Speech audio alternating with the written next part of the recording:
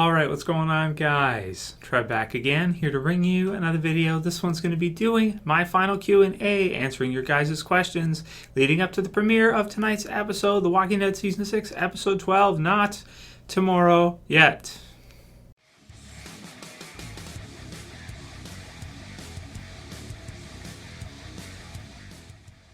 All right, so if you guys missed it, I did give my thoughts on the new picture for Fear of the Walking Dead. There's a new poster. It's got the water, you got Abigail, and big skull, and it's really cool. So it's in the channel. Check it out if you haven't seen it. And there was an interview with Dave Erickson, the showrunner of Fear of the Walking Dead, Season 2 starting April 10th. So, of course, going to do reviews for that. Videos in the channel if you guys missed it from today. So, yeah, but definitely wanted to do a Q&A for you guys because there was lots of questions this week, and because I was doing other stuff, they got backed up. So I had hundreds. I picked, just some of the, ones here that were pretty good and, didn't have too much time to get it together for you guys. So wanted to go ahead and definitely get one done. But if I don't answer your question this week, I'm sorry. You can go ahead and send it to me for next week, and I will probably get to it then, depending on how many there are. I'll do some more Q&As next week because this week I didn't do as many. We had some other topics we were working on, stuff like that we were doing.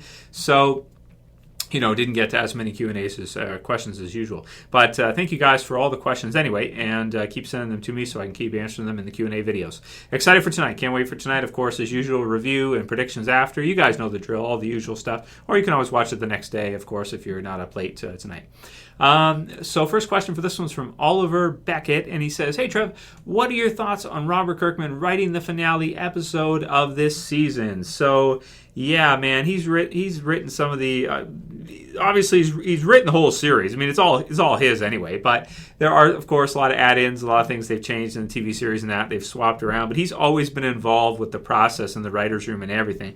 Honestly, I don't know how he does so much stuff because, of course, he's writing The Walking Dead. I got Something to Fear right here. I took it down from the shelf. I've been reviewing it the last couple of weeks for just for the rest of the season and stuff because we're going to see probably the rest of this will be covered. This will be like the rest of the season, right? Coming up now in season 6 near the end, of course, with Negan. So there could be a couple reasons why they credited him as writing the episode. It could be because the episode is so close to the comic book series that it's almost verbatim. So that it's like so similar with the writing and everything that even though Robert Kirkman created the show, really created the story to begin with, created the comic book series to begin with and created the whole story and everything. He's really credited with everything. I mean, it's his. It's all his. It all goes through him in some way, and he approves it all or doesn't approve it, depending on what it is, even if it's Frank Darabont who wants to do like a, zombie street scene with the guy in the tank and stuff, and he's like, no, and AMC's like, no, because it all goes through him anyway. But when he writes an episode, that's usually a good sign because it usually means that it's really close to it, or he wants to handle it with care. He wants to take, special attention and really be careful with it because he wants it to send, the right type of message. He doesn't want it to be misinterpreted or for actors like John Bernthal to add in their own kind of loops where Rick doesn't have any ammo in the gun and stuff like that. If you guys don't know what I'm talking about, look into it. When they have ideas and stuff, he wants it to fit with the original, kind of idea that he had with it and with what he was trying to do with issue 100. I think he just wants to take that personal. I would think that's what he would want to do is take that personal, kind of care with it and do it right so that there's no I's left undotted, T's left uncrossed, so to speak. So most excited for the finale this season than I have been for any ever, I think. I think that's almost automatic just because of what it's going to entail. So great question from Oliver. Thanks, brother. Next one's from Jacob Cox, and he says, Daryl and Jesus will be a couple in season 7. Nice. I threw in a few comments here because I just thought they were funny. This one's funny from Dan Keefer. He says, "Hey Trev, is Negan a vegan?" I've never heard that before, but I would say that he's definitely not a vegan. I wouldn't think. I mean, based on his size. I mean, I can't recall anything in the comic book series where he was like eating or anything. I don't remember a scene like that. I remember him playing like ping pong, still let the slaughter begin and stuff. But I don't remember seeing him eat or anything. But usually, if you're vegan, you're not going to be that. Your musculature, because you often won't get as much protein or as many calories. Your musculature is usually lower than it would be if you had more protein in your diet, you had more fats, and you had more things like that, and you get a bit buffer, you get a bit stronger. If you don't believe me, go do some bench and then eat all veggies for like 2 weeks, and then go to do some more bench and see how you do. You'll see what I'm talking about. Next one's from Deadly Shadows, and he says, "Why did Maggie go? Does she want to kill the baby?" So, or she, whoever asked us. So that's a good one. I wanted to include this one here because that's true. Why would they send Maggie out with the others to fight against the saviors when she could stay back and protect Alexandria too, because you might want to have a few strong people back there as well. Why would she go? The only thing I can figure is that Rick wants people he can trust. He knows he can trust her, and he needs as many fighters as he can because he doesn't know what they're dealing with. That said, though, because she's Prego, I would think you probably want her to stay back. You wouldn't want her to get involved in a skirmisher because that's two people, and not only that, but that's that's a symbol of hope in the zombie apocalypse for the people of that community.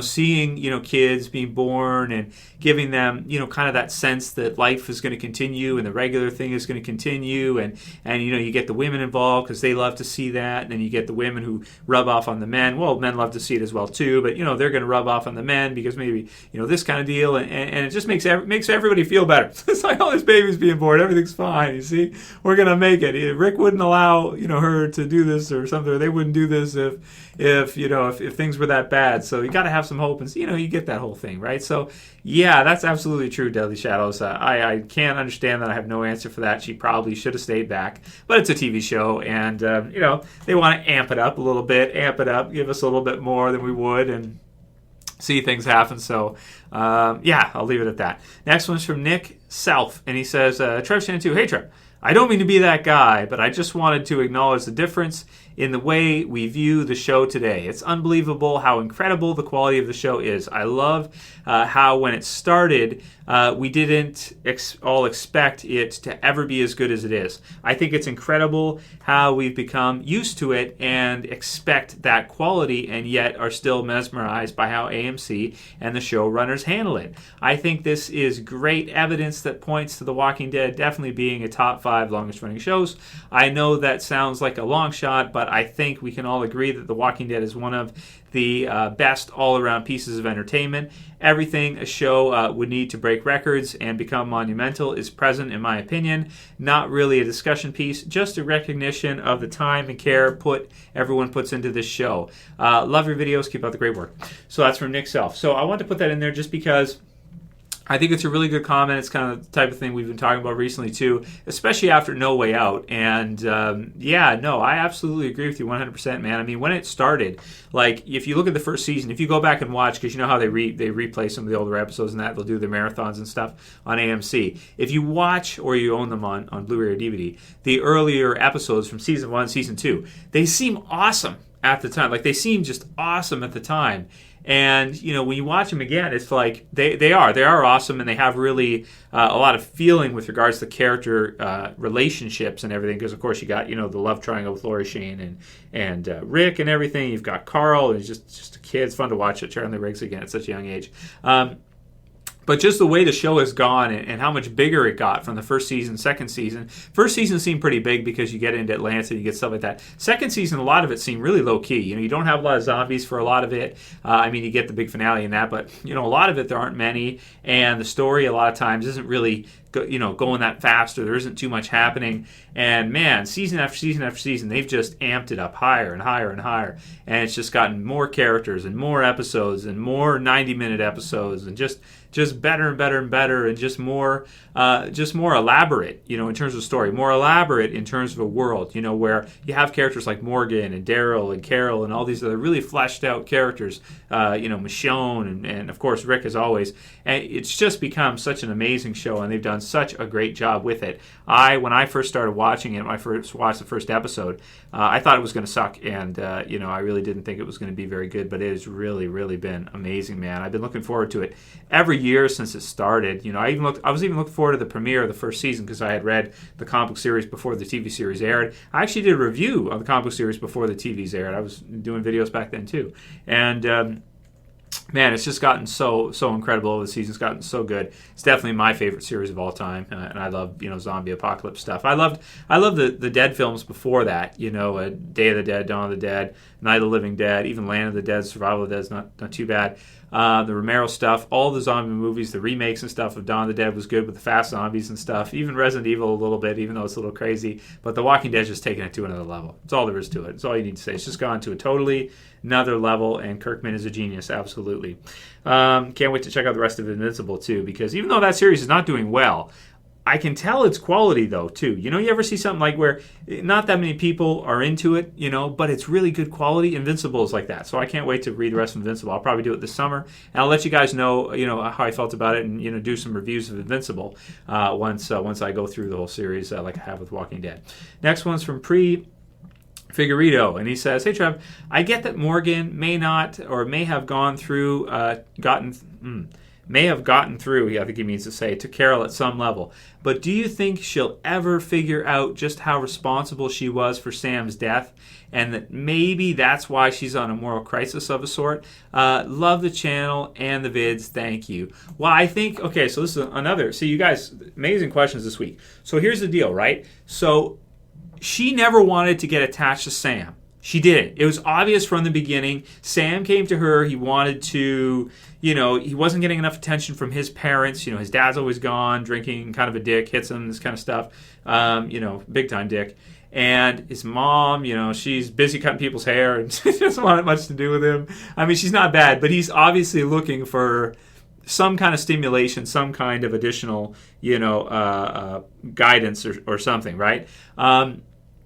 So he meets Carol, and him and Carol, and she tries to be stiff with him. She tries to be, like in the kitchen at one time. What did she say to him? She's like, she lets him know that, she's being real harsh with him. She's being real stern with him. She's not wanting to get any kind of, relationship there or with him. And she doesn't want that because she's seen what's happened to her own daughter. She's seen what happened to Lizzie Mika, what she had to do. She doesn't want to get involved in that capacity. And at the same time, she has to manipulate him because they're new in Alexandria at the time with the zombies and that, when she told him about the monsters. So I got to think that she obviously is going to figure out Sam's dead. And, obviously that's going to play on her. She's going to find out how, some way. They may not show it to us in an episode, like when someone tells her, but she's going to know. And when she finds out what happened to him, she's probably going to have a lot of regret for that. I mean, and just some time to think about everything that's happened to her and everything. She's probably going to be in, a rough state, it looks like. So we'll see. But, she's tough, man, to get through what she's even been through, even to this point. She's really, really tough. And, each time, though, it's not going to get any easier, though, just because it's happened to others before, and that kind of doesn't make it easier. It's almost like it adds to the pain and the agony and the suffering, and it ruins the zeitgeist. It's not like it improves it. It just makes you, it just reinforces the character that the world kind of sucks, that kind of thing. It doesn't, even though it happens a lot of times, it doesn't make it, it doesn't make it easier the next time. It just makes it feel like, well, that's life. Life sucks, and reinforces the that kind of negative attitude even further. I would say that you would naturally have after going through stuff like that. It's just human nature. Next one's from Cigar Nixka. He says, "Hey Trev, Maggie getting Okay, so I guess we can just talk about this now, because I talked about this in the spoiler video, and it's fine. Do you think, here, I'll phrase it this way. Trev, do you think that Negan is going to make Maggie one of his savior wives that fits like a glove? Well, she's preggo, dude. So I don't think that's going to happen, man. I mean, I just can't see that, and I can't see Glenn standing for that no matter what. So, no, I don't think so, and I don't think it fits. It also doesn't fit with their future storyline if they go based on the comic book series. Next one's from Mikey Jones, and he says, "Hey Trev, I own all the trade paperbacks for The Walking Dead, and I wanted your opinion on whether or not I should buy the omnibuses as well. Ignoring the price of them, do you think they're worth having? Also, do the omnibuses include the cover pages for each individual issue? I've been trying to find out, but I can't find a solid answer. Thanks." So I got your answer for you. Well, it's up to you, man. I mean, for Mikey Jones, it's up to you if you want to buy two versions. People have asked me too, Trev, what do you have in terms of the single issues? I mean, I got a bunch of random ones, but I don't try to collect them because I have all the trades. And the omnibuses are nice. I mean, they're really, really nice. But the hardcover, they are nicer than this, and I think they might be bigger too. You'd have to look at them online. I saw some videos online of them, and I think they're bigger. The hardcover, the volumes, and the prints are bigger. So they're more, there's more detail. It's better quality, that kind of deal. So it's up to you if you really love. I mean, it's my favorite comic book series of all time, but I still probably am okay with one version of it. It might not be the best version, but you never know, dude. They might come up with something even better than that eventually too, right? So that's the problem. And some people like the original issue. So it's totally a subjective thing, and it's a preference to you, man, and what you like and what you want to collect. That's up to you. But they're pricey though, brother. They're pricey, man. So, yeah, it's up to you. It's your choice. But with regards to the individual issues, I know the hardcover, more expensive ones, from what I've seen, you have to do some Googling, bro, before you buy it. But the hardcover ones that are bigger, they have the hardcore volumes. They have the cover pages at the end. The trades don't. They don't have them, which is kind of stupid because they really should.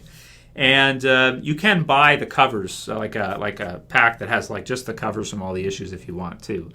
So it's up to you. But the compendiums, the compendium type deal, I don't think they do. I'm not sure. I'd have to look at that. But yeah, so that's the best I can do for you, Mikey, in terms of an answer. But it's up to you, man. Me, I'm pretty cheap, so I don't like to buy a lot of stuff because I like to be careful and stuff. You never know, right? So you never know what's going to happen. So it's up to you, or just save your money, man. That's what I'd probably say. 2 copies of the same thing. Yeah, your choice, man, but I'd say save your cash. Next one's from Stump is here. And he says, hey, Trev, got a question for your Q&A. If the TV program ever catches up to the comics, could you see Kirkman potentially write a separate script for the TV show to not spoil the comic book storyline? Love the vids, keep them up. Well, we know it's going to be different to a degree anyway. You got Michonne instead of Andrea. You got a lot of different things happening. And they do add in enough stuff. So I'm expecting them, and Gimple, he thinks about this shit more than we do. You got to realize that, right? So I think Gimple, the mastermind, is going to have something for us with regards to this. I think he's going to use the time skip, and he's not going to skip it. That's what I would do. If I was him, I would use, and I was writing it, I would use the time skip as 2 seasons.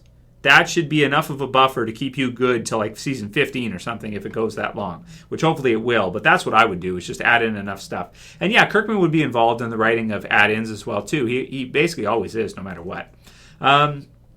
Let's see how long we're going on here. Okay, we'll do a few more. Next one's from Laura.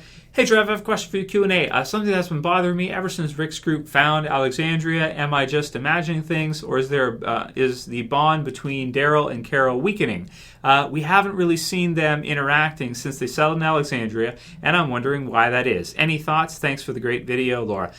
So the answer to you, Laura, I just think they've been busy doing their own thing. They've been too busy. They haven't really had a chance to do that, and obviously they do care about each other. I don't think the bond is weakening. I think it's just that they've been so busy doing other stuff, and there's been so much happening in the story that they haven't given us a chance to see the two of them kind of together or anything like that. And we also don't know if they're a romantic type situation. It doesn't seem like it, but maybe they'll start to do something like that before the end of the season. We'll see. I don't know any spoilers or anything like that as pertaining to Daryl and Carol, but yeah, maybe we'll see something tonight. Maybe something before the end of the season. If they were to kill Daryl off, it would make sense to bring in maybe some kind of romantic partner before they did it. But we'll see if that's even going to happen. There's no way to know for sure.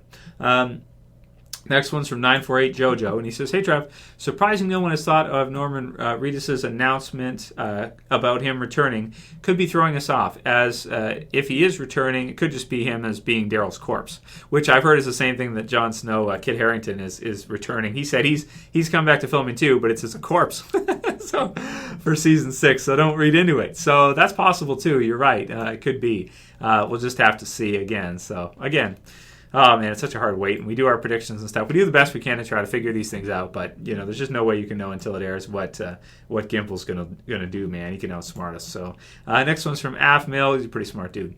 I got a Q&A for you. Are you concerned with the pacing of the show? The last few episodes have been amazing, but they're blasting through material too fast, in my opinion. Also, do you think Dwight will catch up with Daryl before the end of the season? Thanks, man. Always love watching your reviews. So I don't think Daryl and Dwight are going to see face-to-face until maybe the finale, if that. Probably not even then.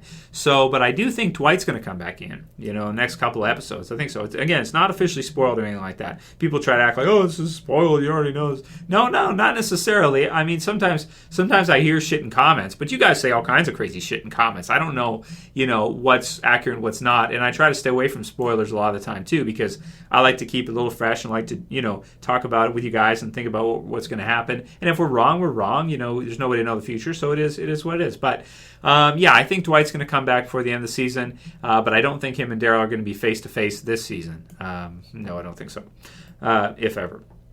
Next one's from Jake Cooper, and we'll make this one the last one. Sorry, guys, just don't want to go on for too long. Of course, we got more videos coming tonight for people to watch.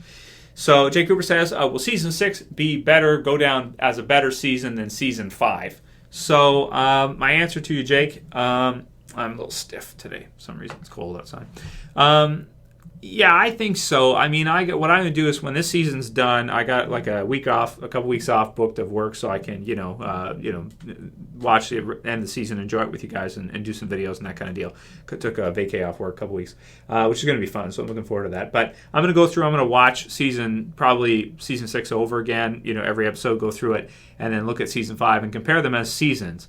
But so far, I'd say as long as the rest of the season isn't a complete flop or disaster or just terrible, then yeah, I think Season 6 is your best season. The only thing Season 5 has going for it, though, is it's got different story arcs going through it. It's got different locations, and it's really fun because there's different stuff happening at different parts of the season. You got the best stuff in there. You got the beginning with Terminus. You got them on the road. There's a good mix in Season 5. Season 6 is has been more centered at Alexandria in and around that with the zombie herd and everything. So that's one thing Season 5 has going for it. I'm going to watch them both. We'll see when the end of the season comes up after Something to Fear, if that's the finale name, and then I'll give you my thoughts again, Jake. So there it is, man. So let me know what you guys think about all these different questions. Keep PMing me the rest of your questions for this week coming up. And I hope you guys liked it. Looking forward to tonight's episode, as always. And if you like this video, the usual guys, you know what to do. Thumb it up. I appreciate every single time you guys thumb up the video. It always helps the health of the videos. It always helps the channel. Keeps everything going good. And you can share, favorite, also does the same. And if you're new and you want to sub, you can subscribe at the bottom left. That's it for this video. I'll see you guys again tonight. As always, it's Trev. I'm saying peace. See you guys.